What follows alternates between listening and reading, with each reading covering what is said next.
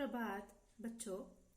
आज हम मीराबाई के पद के प्रश्नोत्तर की चर्चा करने जा रहे हैं और मीराबाई के जो 3 पद थे वो पद की चर्चा शब्दार्थ अभावार्थ के द्वारा उसे समाप्त कर चुके हैं।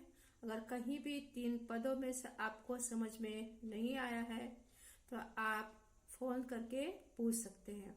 तो आज हम पढ़ेंगे मीराबाई के पद पेज नंबर 12 स्वाध्याय के प्रश्न। देखते हैं कि पहला प्रश्न यहाँ पर दिया हुआ है कि निम्नलिखित प्रश्नों के एक वाक्य में उत्तर लिखिए।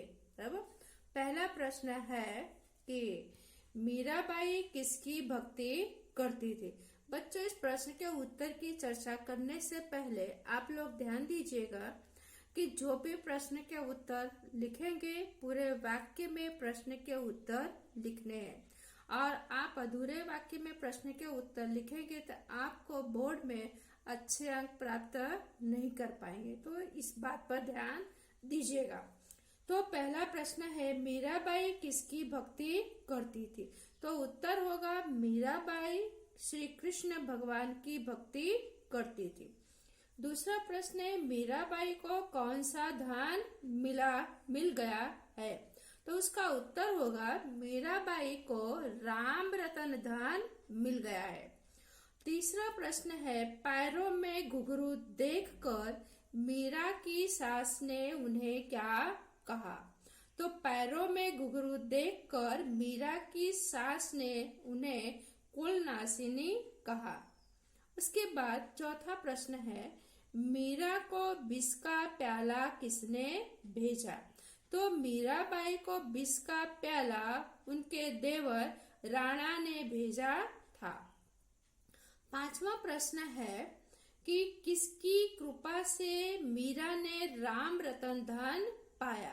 तो मीराबाई सदगुरु की कृपा से राम रतन धन पाया है। अब हम आगे प्रश्न पढ़ेंगे। दूसरा प्रश्न है कि निम्नलिखित प्रश्नों के उत्तर 2-3 वाक्यों में लिखिए। तो यहाँ पर ध्यान देंगे आप लोग कि 2-3 लाइन में लिख करके उसको पूरा नहीं करना है। अन्य कि जो प्रश्न पूछा गया उस प्रश्न का उत्तर पूरी तरह से लिखना है। तो प्रश्न है गिरधर गोपाल की भक्ति करते हुए मीराबाई ने किस किस का त्याग किया है। तो बच्चा आप लोगों को पता होगा कि मीराबाई श्री कृष्ण भगवान की क्या थी, अनन्य भक्त थी और अपने जीवन में श्री कृष्ण भगवान को अपना सब कुछ मान चुकी थी और उन्हीं के आधार पर अपने जीवन की नया पार लगा चुकी थी। तो मीराबाई श्री कृष्ण की भक्ति करने में उन्होंने अपने सगे संबंधी भाई बंधु नाते रिश्तेदार सबको क्या किया, सबका उन्होंने परित्याग कर दिया, सबको छोड़ दिया। दूसरा प्रश्न है कि मीरा के राम रतन धन की क्या विशेषता है। विशेषता ने कि राम रतन धन का क्या महत्व है। तो मीराबाई ने राम रतन धन किससे पाया। सदगुरु की कृपा से मीराबाई ने अमूल्य रत्न पाया है और ऐसा रत्न उन्हें प्राप्त हुआ है कि जन्म जन्मांतर की वह क्या है, पूंजी है। और वह पूंजी ऐसी है कि उसकी विशेषता यह है कि वह न कभी खर्च होता है और उस पूंजी को, उस धन को न कोई चोर उसे चुरा सकता है। और वह पूंजी ऐसी है कि दिन प्रतिदिन क्या हो, बढ़ती ही जाती। यानी भगवान की भक्ति हम जितनी करते हैं वो भक्ति दिन प्रतिदिन क्या बढ़ती ही जाती है। अब उसके बाद तीसरा प्रश्न है मीरा इस भवसागर को किस प्रकार पार करना चाहती है। तो मीराबाई इस भवसागर यानी संसारिक जीवन, बराबर। तो सदगुरु की मीराबाई को अपने सदगुरु पर इतना अटूट विश्वास है और अपने सदगुरु की भक्ति करते करते उसमें वो इतनी लीन हो गई थी कि उन्होंने सदगुरु को अपने जीवन का आधार मान लिया था और वो सदगुरु के सच्चाई के मार्ग पर चलकर और उनके जीवन की नैया पार लगाने वाले, यानी कि खेवनहार यानी नाव को चलाने वाला, जिसे आप लोग कहते हैं बोट। आप लोगों ने देखा होगा नाव में जब बैठते हैं तो नाव की रफ्तार क्या होती है, धीरे धीरे नाव चलती है। उसी तरह मीराबाई भी सच्चाई की नाव पर बैठ करके वो भाव सागर जीवन को क्या पार लगा लेती अपने सदगुरु की कृपा से। तो बच्चों अब हम पढ़ेंगे प्रश्न नंबर 3। निम्नलिखित प्रश्नों के 5-6 वाक्य में उत्तर लिखिए, यानी विस्तार से इसके उत्तर लिखने हैं। और लोग जो लंबे प्रश्न जो विस्तार से प्रश्न लिखने होते हैं, तो बोर्ड की परीक्षा में हमेशा चाहे कविता का हो या पाठ का हो, हर एक में पहले पैराग्राफ में कविता है तो कवि का, पाठ है तो लेखक का थोड़ा परिचय दे देना है। जैसे यहाँ पर प्रश्न है, पहला प्रश्न, भक्ति के मार्ग में कौन सा संकट आया, उससे वह कैसे पार हुई। तो यह काव्य के पंक्ति मीराबाई के पद में से लिया गया है। मीराबाई श्री कृष्ण भगवान की क्या है, अनन्य भक्त है और मीराबाई श्री कृष्ण की प्रेम दीवानी है। मीराबाई की सारी रचनाएं मीरा पदावली में संग्रहित है। मीराबाई की रचना में गुजराती और राजस्थानी दोनों भाषाओं का प्रभुत्व हमें पदों में देखने को मिलता है। ये पहला पैराग्राफ हुआ। और दूसरा पैराग्राफ हम प्रश्न के अब जो प्रश्न पूछा गया है उसके अब उत्तर करेंगे। तो मीराबाई श्री कृष्ण भगवान की क्या है, अनन्य भक्त है।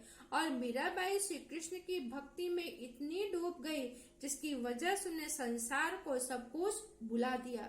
और मीराबाई श्री कृष्ण भगवान की क्या, अनन्य प्रेम दीवानी।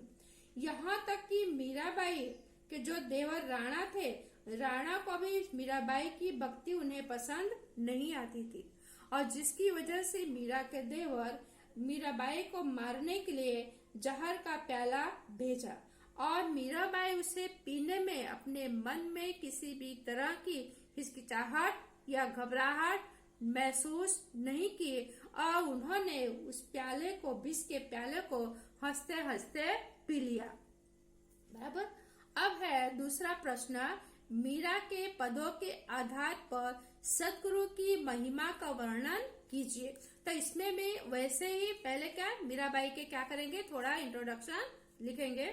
तो मीराबाई या पद, मीराबाई या पंक्ति मीराबाई के पद में से लिया गया है, जिसकी रचयिता मीराबाई स्वयं है। मीराबाई श्री कृष्ण भगवान के अनन्य भक्त हैं और उनकी रचनाओं में गुजराती और राजस्थान दोनों भाषाओं पर उन्होंने लिखा है। और मीराबाई की जो रचनाएं हैं, सारी रचनाएं मीरा पदावली में संग्रहित हैं। दूसरे पैराग्राफ में उसका आंसर लिखेंगे कि मीराबाई श्री कृष्ण के प्रेम में इतनी लीन हो गई थी कि जिससे उनको संसार की मर्यादाओं का उन्होंने क्या किया, उल्लंघन किया, ने संसार की मर्यादाओं का भी उन्होंने ध्यान दिया नहीं। और मीराबाई के जीवन में सदगुरु के स्वरूप में विराजमान कौन थे, मीराबाई के जीवन में सदगुरु विराजमान उनके प्रभु श्री कृष्ण भगवान थे। हम कहते हैं कि हर एक मनुष्य के जीवन में कोई न कोई गुरु होता है और हम लोग बिना गुरु के आगे बढ़ पाते नहीं है। तो मीराबाई के ऊपर सदगुरु की क्या कृपा थी, जिसकी वजह से उन्होंने संसारिक जीवन का क्या किया, परित्याग कर दिया और श्री कृष्ण की भक्ति में वो इतनी लीन हो गई कि जिसकी वजह से उनके जीवन उन्हें अमूल्य वस्तु प्राप्त हुआ। वह अमूल्य वस्तु कैसी, जिसे राम रतन धन, ऐसा धन उन्होंने पाया कि किसकी कृपा से, सदगुरु की कृपा से उन्होंने राम रतन धन पा लिया। जब मीराबाई ने सदगुरु की कृपा से राम रतन धन पा लिया तो उन्होंने संसार की मोह माया से का त्याग करके भगवान की भक्ति में वो लीन हो गई।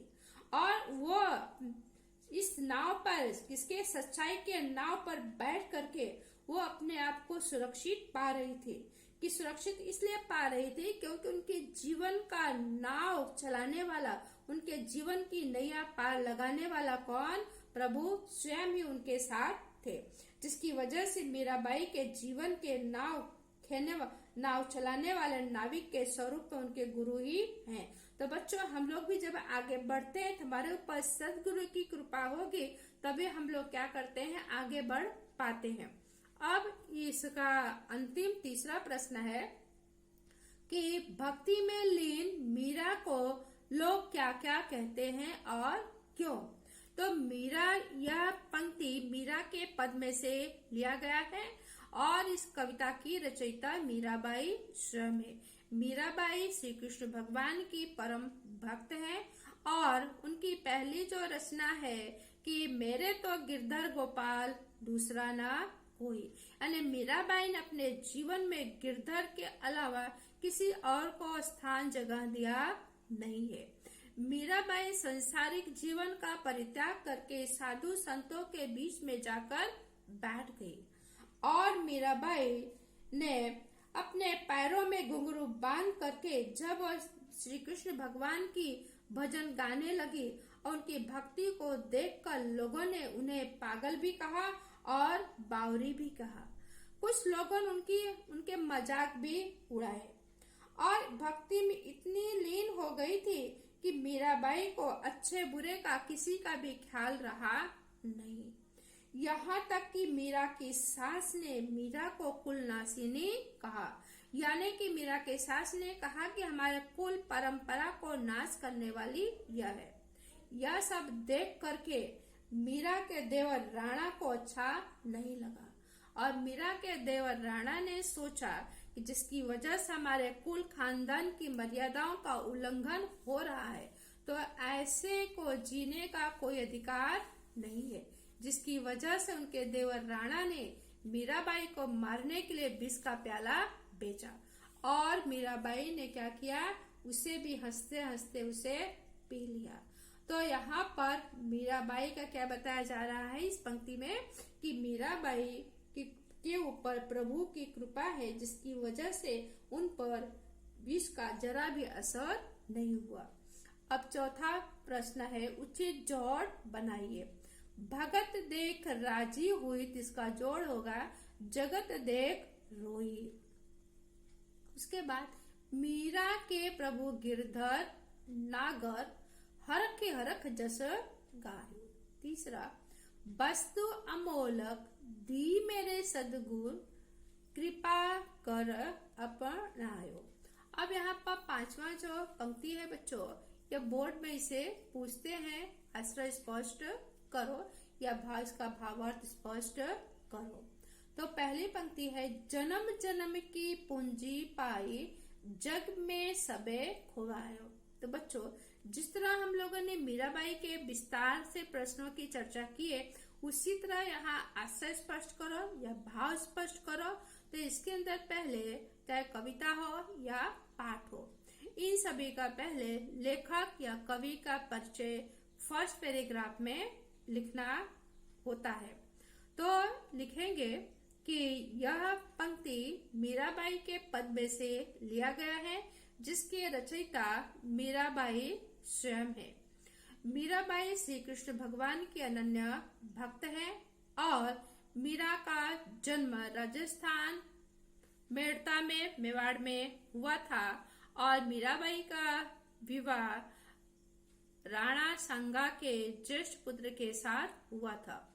मीरा के जो दादा थे वो वैष्णव भक्त थे और जिसकी वजह से मीराबाई में बचपन से ही कृष्ण की भक्ति में वो तल्लीन हो गई थी। अब हम पंक्ति का अगला पैराग्राफ उसकी चर्चा करेंगे कि मीराबाई ने श्री कृष्ण की अनन्य प्रेम दीवानी और उन्होंने भगवान की भक्ति करते करते अपने सगे रिश्ते नाते सबका उन्होंने क्या किया, सबका त्याग कर दिया, सभी से नाता रिश्ता तोड़ लिया और जिसकी वजह से मीराबाई को जीवन में अनेक बदनामियां सुननी पड़ी। उन्होंने लोक लाज शर्म सारी मर्यादाओं का क्या किया, त्याग कर दिया और यहाँ पर उन्होंने ऐसी पूंजी उन्होंने पाई भगवान की भक्ति करते करते। कब प्राप्त हुआ? जब उन्होंने सर्वस्व अपने जीवन का सब कुछ त्याग कर दिया। और ऐसी पूंजी उन्हें प्राप्त हुई कि जिस पूंजी का कोई मूल्य नहीं है। अब दूसरा जो है यहाँ पर, सत की नाव खेवटिया सतगुरु भव सागर तरी आयो। तो उसमें भी ऐसे ही जो हमने पहले में लिखा मीरा का परिचय, तो वैसे ही इसमें भी वैसा ही लिखना है बराबर। तो यह पंक्ति मीराबाई के पद में से लिया गया है और इस पद की रचयिता मीराबाई स्वयं है। मीराबाई श्री कृष्ण की प्रेम दीवानी है। मीराबाई श्री कृष्ण को ही अपना आराध्य, अपना सब कुछ मान चुकी। मीराबाई के पदों में गुजराती और राजस्थानी दोनों भाषाओं का हमें संवाद देखने को मिलता है, पढ़ने और सुनने को। और मीराबाई की जितनी भी रचनाएं, सारी रचनाएं मीरा पदावली में संग्रहित हैं। दूसरे पैराग्राफ में लिखेंगे कि सब मीराबाई अपने जीवन में सच्चाई के मार्ग पर वो चल पड़ी, जिसकी वजह से उन्होंने अपने जीवन का सब कुछ त्याग कर दिया और इस भवसागर संसार को उन्होंने इतना मता, इतना जाना, इतना समझा, जिसका निचोड़ उन्हें मिल गया कि इसके अलावा, प्रभु की भक्ति के अलावा जीवन में कुछ भी नहीं है। और उन्होंने, मीराबाई ने श्री कृष्ण को ही अपना सब कुछ मान लिया और श्री कृष्ण पर मीराबाई को अटूट विश्वास था और जिसकी कृपा से मीराबाई संसार रूपी महासागर में नाव पर बैठकर वो पार लगा लेना चाहती हैं। और उनके नाव को चलाने वाला खेवनहार कोई दूसरा नहीं, उनके नाव को चलाने वाला खेवनहार उनके प्रभु गिरधर नागरी हैं।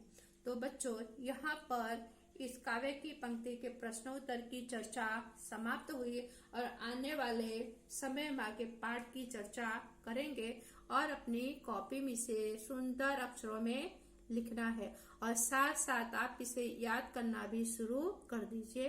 धन्यवाद।